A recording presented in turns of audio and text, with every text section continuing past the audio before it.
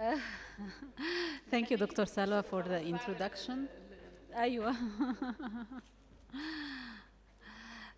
So first, I would like to begin by thanking you all for attendance today. Thanks to all the faculty for the very interesting, very nice lectures. And now I'll start my presentation, and the topic is the painful big toe.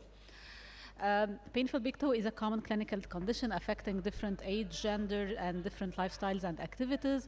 And it is usually, the site of pain is usually at the MTP joint. And why the MTP joint? Because it is the point of intersection of these two major arches, the transverse arch and the medial longitudinal arch. These two arches, which are in yellow color.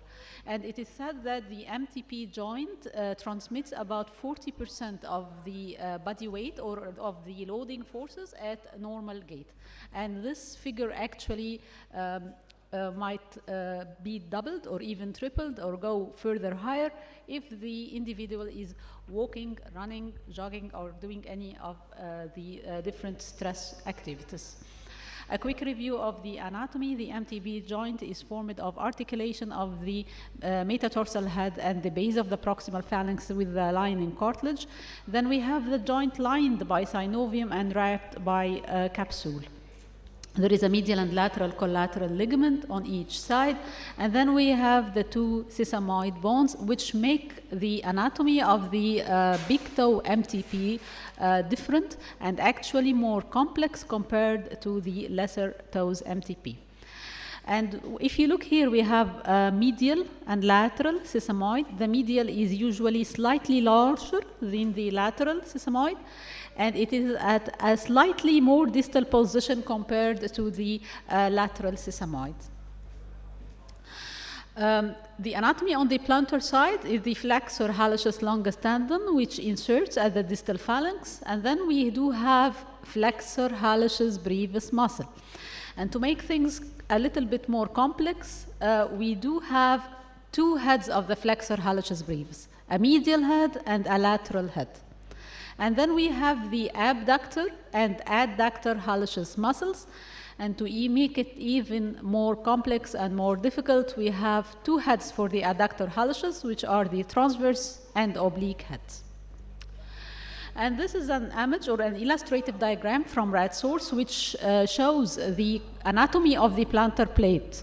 So what is the plantar plate formed of? So if we remove the articular bone surfaces of the metatarsal head and the proximal phalanx base, and we remove all the muscles and tendons, we are left with the medial and lateral sesamoid. And both of them are connected by a ligament, which is the intersesamoid ligament. This is a very strong and important ligament to keep the sesamoids in place and to stabilize the MTP joint as a whole. And then we have the ligaments which connect the sesamoid to the proximal phalanx and to the metatarsal head. So the ligament which connects the sesamoid to the proximal phalanx is the sesamophalangeal ligament. And the ligament which connects the sesamoid to the metatarsal head is the metatarsosesamoid ligament. So we do have an intersesamoid ligament, sesamophalangeal ligament paired on both sides, and metatarsosesamoid ligament. And finally, we have this H-shaped structure or appearance of the complex plantar plate of the big toe MTP joint.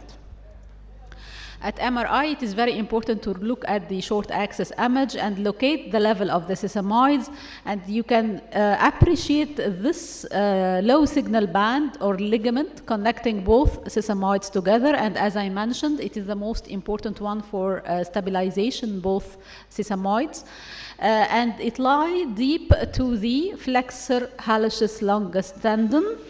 And we also have on the dorsal side the extensor hallucis longus tendon.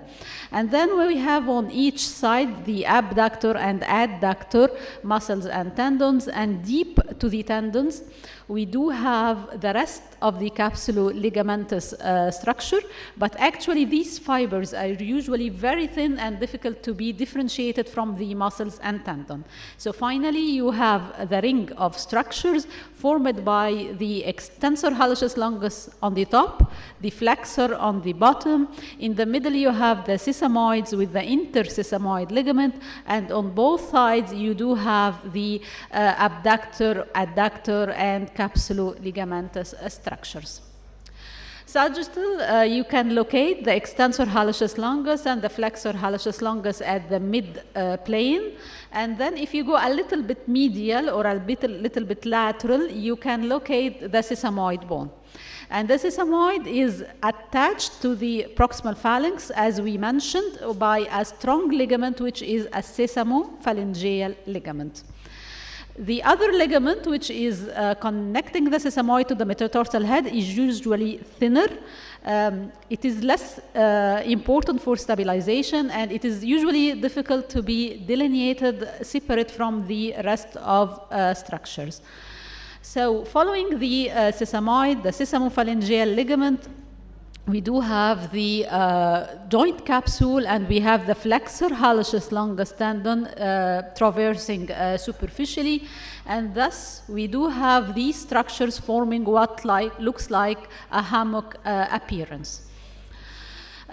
Long axis images, we can detect the medial and the lateral collateral ligaments on each side, and also the muscles and tendons.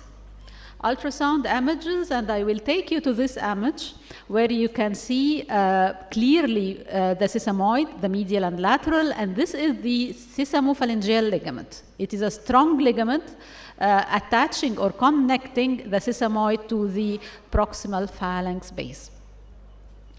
So what causes a painful big toe? Number of pathologies. First is the injuries of the plantar plate, which we describe as turf toe. Different types of arthritis, infections, miscellaneous conditions. Let's start with the turf toe. The pattern of injury is usually an overuse pattern, like in athletes, degenerative pattern, or a traumatic injury. And when it is a trauma, the pattern is usually an acute hyperextension injury. And please remember this. It is also very common when there is foot deformities, specifically the hallux valgus deformity. So what is hallux valgus? It is the lateral deviation of the big toe, and usually starts with a medial shift of the metatarsal head and a lateral shift of the sesamoid bones. And to diagnose hallux valgus, we depend upon measuring one of two angles in the PA, weight-bearing position, and it is very important to have it in weight-bearing. The metatarsophalangeal angle normally should not exceed the 15 degrees, and the intermetatarsal angle should not exceed the 9 degrees. And what usually happens is that we have a deformity. The deformity results in altered biomechanics and weight load distribution, ligament injury, cartilage damage and osteoarthritis, more severe ligament damage and more severe deformity, and so on.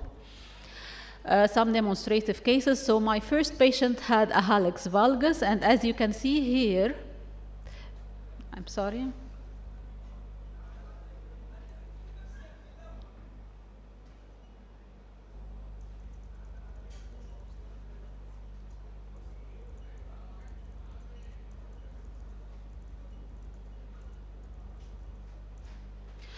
So there is thickening and edema of the collateral ligaments, both the medial and lateral, but also there is cartilage damage. There is focal defect of the cartilage of the MTP joint, and there is subtle edema of the subchondral bone plate. Sagittal images of the same patient, loculated effusion at the dorsal joint recess, some edema at the opposing surface of the metatarsal head and the sesamoid, again the edema of the metatarsal head, and thickening and edema of the medial, the lateral limb of the capsulo-ligamentous structure. Also, the patient had a stress fracture of the third metatarsal shaft. Morton's neuroma at the second and the third intermetatarsal spaces. And this is a picture from literature describing one patient with hallux valgus, showing an injury of the sagittal band, subluxation of the extensor tendon, but more interesting in this patient, that patients who have severe and long-term hallux valgus, they might develop atrophy, fatty atrophy of the muscles of the big toe. Second patient, it was a patient who suffered chronic pain, and if you look here at the X-ray, there isn't a severe or a significant deformity. Actually, the joint looks okay. There is no severe osteoarthritis, but what was abnormal is the lateral sesamoid. So what's happening here? The sesamoid bone is fragmented, sclerotic, collapsed, and this was confirmed at MRI, so this is what we describe as avascular necrosis. If you also look at the MRI, you will find that the lateral capsulo-ligamentous structures are thickened, edematous, and there is a small fluid at the intermetatarsal bursa. And these are sagittal images of the same patient. Look at the fragmented sesamoid, lateral sesamoid, compare it to the intact medial sesamoid, which has intact sesamophalangeal ligament and intact flexor hallucis longus tendon. Third patient, he was an old patient. He presented after an acute hyperextension injury, and he described that the injury happened while he was stepping up the stairs. So X-ray, oblique and PA, you can see a hallux valgus, you can see osteoarthritis of the joint. But more importantly, that there is a transverse lucent line across the lateral sesamoid. And you can argue whether this is a bipartite, a bifid sesamoid, or is it a fracture. So the patient had an MRI. It confirmed a fracture with a fluid gap between the two parts of the sesamoid. And here at the sagittal images, again, the fracture. So there is a failure here of the plantar plate structures at the bone, at the sesamoid itself, which fractured. The sesamophalangeal ligament is markedly thickened. It is surrounded by edema. We have edema along the flexor hallucis longus, which is tenosynovitis. More interestingly, if we shift to the medial sesamoid of the same patient, you can see a major discontinuity or a clear tear of the sesamophalangeal ligament at the medial sesamoid. And there is a retraction of the medial sesamoid, which has, I could appreciate in retrospect at the X-ray. So if you look here at the X-ray of the patient, you will find that the medial sesamoid is further proximal to the lateral sesamoid, which is against the normal. So this medial sesamoid had injury or tear of the ligament connecting it to the proximal phalanx, resulted in a retraction of the sesamoid bone. My fourth patient, she was a colleague. She was an active young patient. She had long-standing pain at the base of the right big toe. And these are X-ray sesamoid views, comparative views of the right and left. There wasn't much to detect here at X-ray, but the medial sesamoid appeared bipartite, and this was confirmed at CT. She had a bifid or a bipartite medial sesamoid. Both sesamoid bones appeared sclerotic at CT. And at MRI, yes, they were of low signal at T1, high signal edema at STAIR, so this was a chronic stress injury. There was edema as well and effusion surrounding the joint, but you can detect an intact intersesamoid ligaments, intact ring structures around the MTP joint.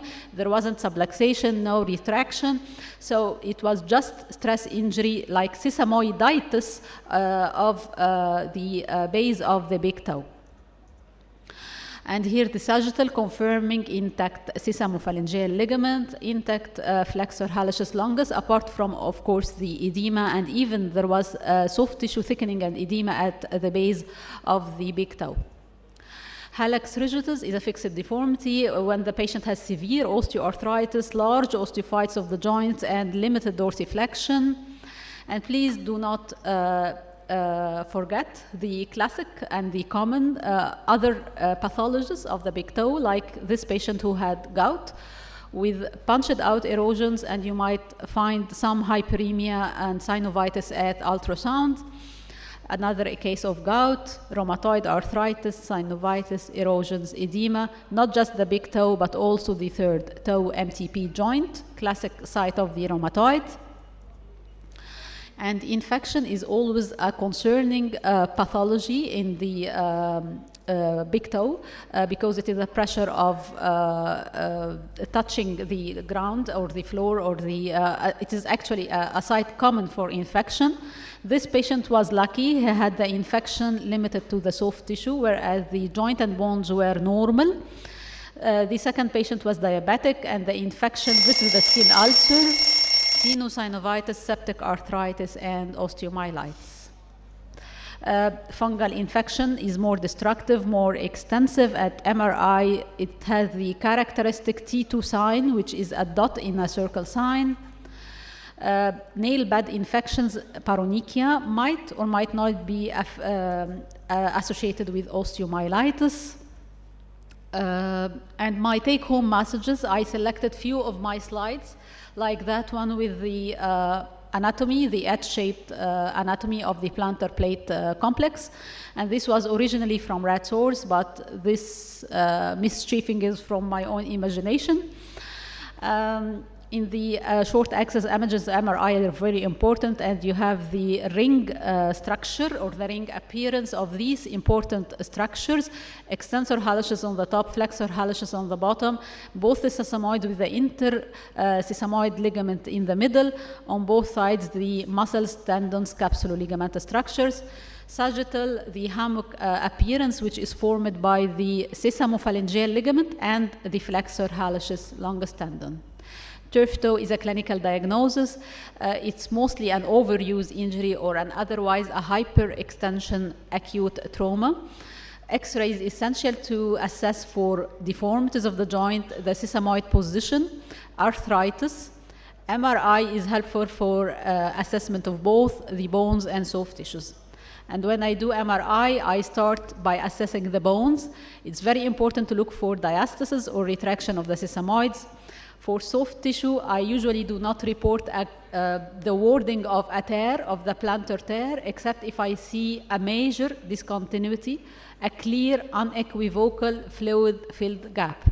Otherwise, I just describe if there is thickening, if there is edema, because usually when there is a tear, a proper tear, you will find that there is abnormality within the position of the sesamoid bones.